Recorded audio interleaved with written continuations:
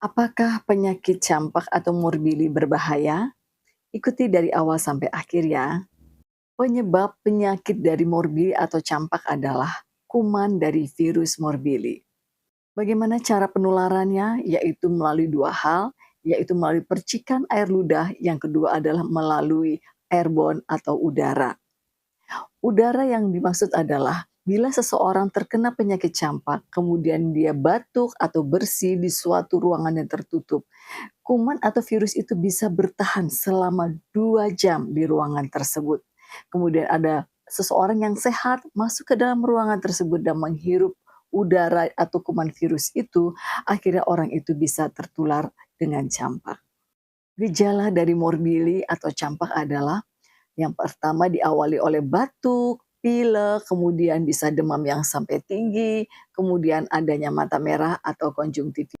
Gejala khas dari morbilli atau campak ini adalah setelah 3 sampai 5 hari kemudian muncul ruam-ruam merah dimulai dari belakang telinga, leher, kemudian ke tubuh dan juga ke kaki.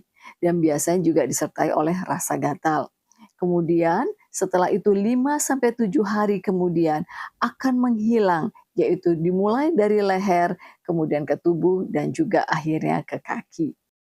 Ruam-ruam merah ini kemudian menjadi warna kecoklatan dan juga menghilang, itu perlu waktu yaitu sekitar 1 sampai 2 minggu. Karena penularannya, maka morbilli atau campak ini perlu diisolasi supaya tidak menularkan ke orang lain.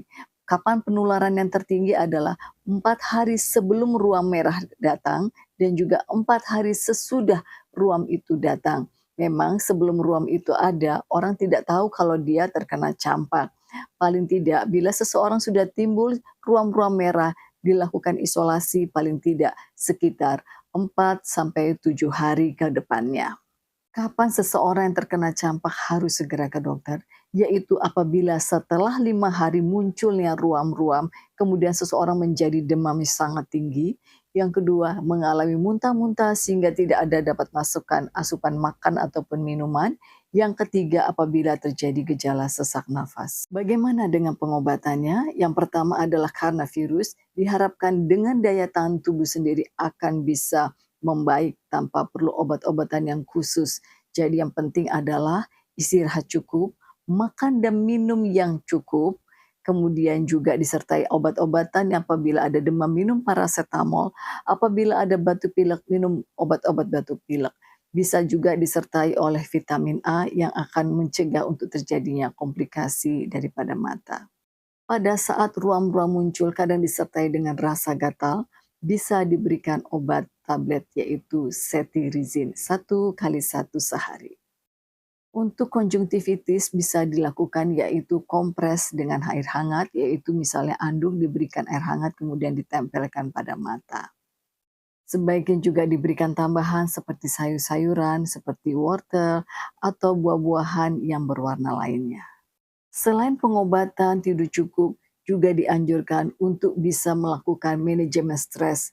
Karena apabila seorang stres akan terjadi imunitas yang menurun dan juga gangguan tidur sehingga tidak bisa melawan dari kuman virus dan akhirnya bisa terjadi yang muncul komplikasi. Komplikasi dari campak atau morbilli adalah yang pertama yaitu terjadinya radang paru-paru atau pneumonia, yang kedua adalah peradangan di otak atau ensefalitis, kemudian bisa juga menyebabkan kebutaan serta gangguan daripada pendengaran.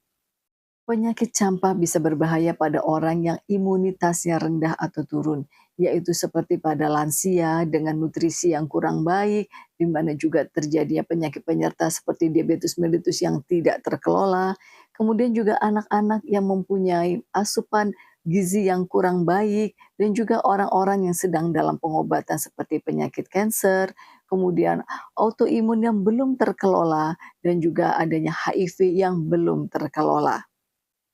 Pencegahan daripada campak adalah dilakukan imunisasi, yaitu imunisasi campak atau MMR, kemudian juga dilakukan yaitu penggunaan masker terutama bagi orang-orang yang rentan, terutama di tempat-tempat kerumunan dari orang banyak.